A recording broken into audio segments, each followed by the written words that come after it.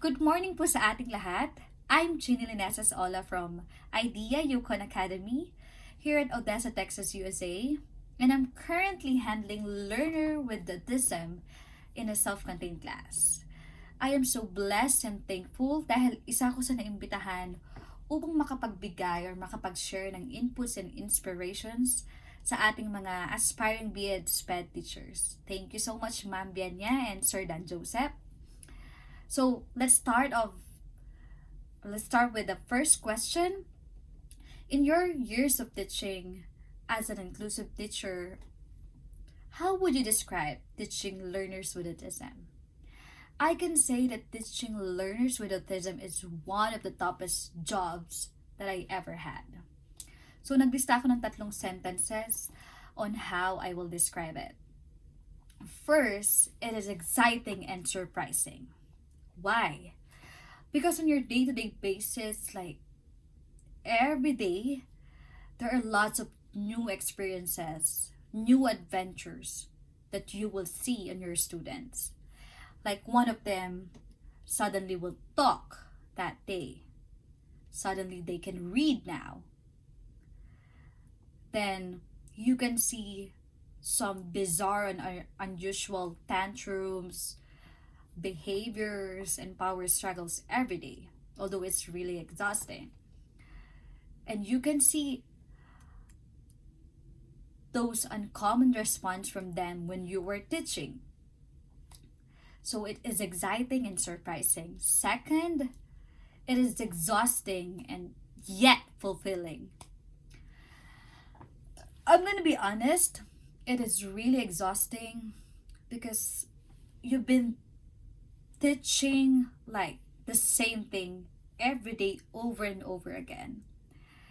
And they keep on doing that tantrums and power struggles, and sometimes it's really mentally draining and physically draining. Dahil you can see that yung mga estudyante mo, hindi mo alam na mamaya magtatantrum sa pala dahil may mga nag-trigger sa kanila. And of course, the heavy paperworks, the IEP, the strategies, the materials, with all of that, it is really exhausting. But on the other hand, on the brighter side, it is really fulfilling. Why? Every little things that they accomplish or every little achievements that they had, the impact was really fulfilling.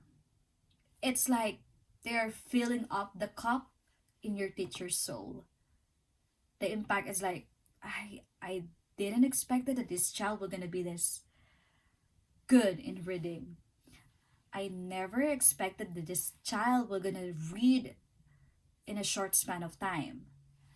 Like everything is wonderful and everything is fulfilling when you're teaching learners with autism.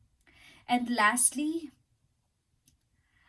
I can describe teaching learners with autism as empowering. It is really empowering. Why? Because when you tend to make them learn how to talk, especially those nonverbal kids, you can say that I'm one of those powerful persons in the world. Because no one can dare or will dare to do those things because it's really hard. And when you feel that it's empowering you as a teacher, you can say that no one's gonna say or no one can say what I can or what I cannot do. It's like your superpower is really in teaching, and it's really sufficing all your confidence. It's really empowering. And aside from that, it is really empowering as a person because you've been there. You did that. You make them learn. You make them speak or you make them say a word. Like you've been like too mentally drained. Nandun yung pagod, nandun yung pag-aalala mo kada morning na sana nakatulog ng sapat na oras tong batang ito para hindi siya mag-tantrums. And you dealt with that. You've been through with that. And as a person, you can say, "Oh, I did it." And I believe that I can do all the future problems that I'm gonna have. It is really empowering. So the second question is, what are your struggles in teaching them? Talaga namang napakaraming struggles ang naranasan ko sa pagtuturo ng mga batang may autismo. Of course, the first one that I've been struggling off until now is their mode of communication. You really need to know how to communicate with them, and how are they gonna understand you when you're communicating with them, because that's like the medium of everything to them. Dahil kapag hindi mo alam kung paano sila kakausapin o kung paano ka nila maiintindihan, my second struggle that I'm having now, or I had, is their behavior. Diyan papasok yung tantrums, power struggles, yelling, and undesirable behaviors.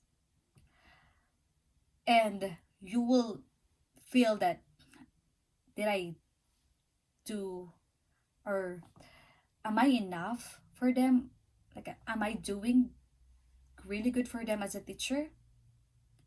It can affect yourself. That's why when you don't know how to communicate with them, eventually they're gonna have this hard tantrums and power struggles and undesirable behaviors. Then the last struggles that I had is family views on how they want to see their child learning. Family perspectives is really one of the concerns of being a teacher. Like, you need to match or to jive with all the strategies that you're going to do with your child or with your students in the classroom. You need to ask their opinion. You need to solicit their information on how are you gonna handle those kids or their kids in the classroom. Because if wala kayong common denominator, the family and you as a teacher in your classroom, like, everything will be ruined. Those are my struggles. Marami pa akong mga struggles, but these are my main struggles as of now and the one that I had before.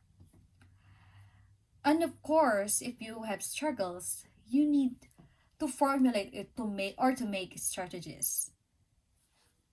And that's the third question. What has been your strategies to intervene those struggles? The first thing for me that I really need to surpass those struggles is I read. I equip myself with proper information. Why? Because with those proper information, you're gonna know how to deal with those kids without being like not so sure with everything. With those proper information, you're really sure that you're doing the right thing for them. I ask information from those veteran teachers, and there's no bad thing to ask. Like, when you're asking, you need some help too. As a human, we really need to ask, especially to from those experts on how they deal with their kids. Then, after acquiring those information, I talk about it in the IEP meeting. Like, all the strategies and all the information that I acquired, we sat down for an IEP meeting and talk about it and how are we gonna deal with this thing and this thing. Like you need to be transparent with the parents, with your co-teachers, with your principal, with a therapist, and you will gonna make like such uh, wonderful strategies for the kids, and you can have common denominator to achieve their goals, specifically their IEP goals.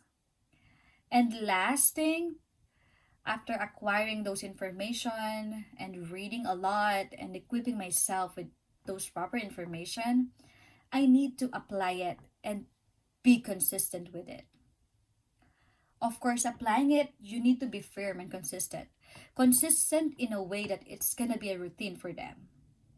And you need to be firm because learners with autism, they sometimes they know how to manipulate you. And if they find that spot from you, they're gonna do it over and over again. That's why you need to start in the beginning of the school year. Being firm, being consistent, and of course, you need to be happy and joyful too while being firm and consistent. It must be balanced.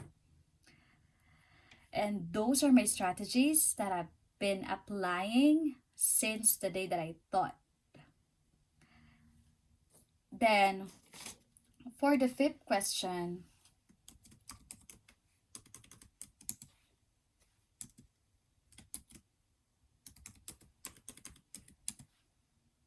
what can you say to those aspiring teachers like you?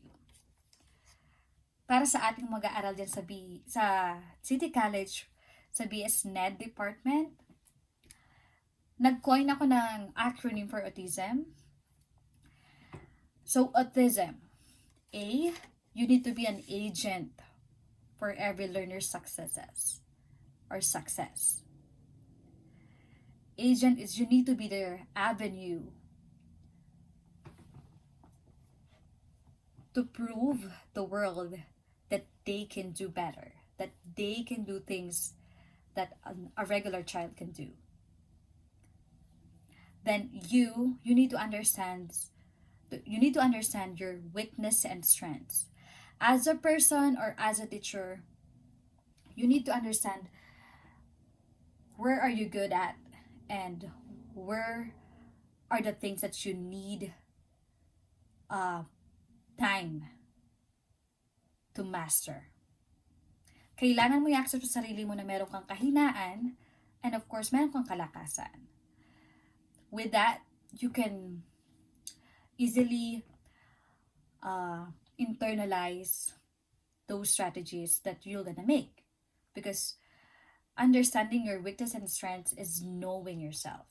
You need to start with yourself first.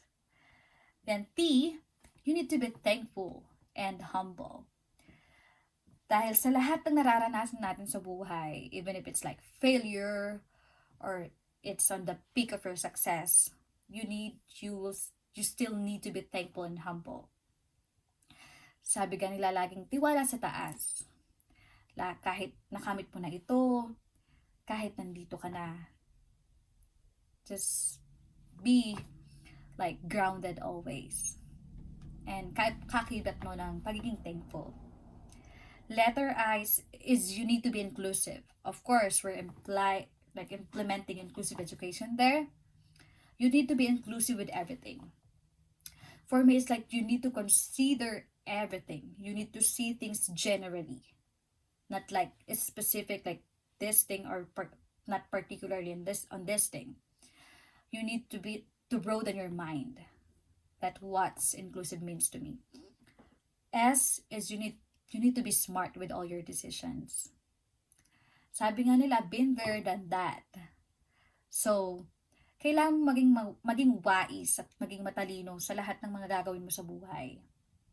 As a person and as a teacher, decision making is really hard, but being smart is like the smartest way you can do to surpass it all.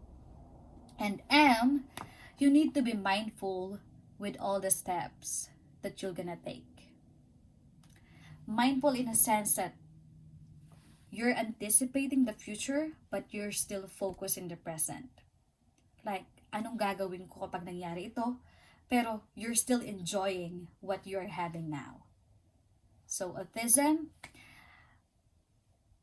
aiming or agent of every learner's success, understand your strengths and weaknesses, be thankful and humble, be inclusive, have a smart decision, and be mindful with all the steps that you're gonna take. And with that, I still remember what Ma'am Nelma Venya always tell me, no matter what, just believe in yourself and you can do it. Maraming salamat po and happy Autism Awareness Week and mabuhay po kayo.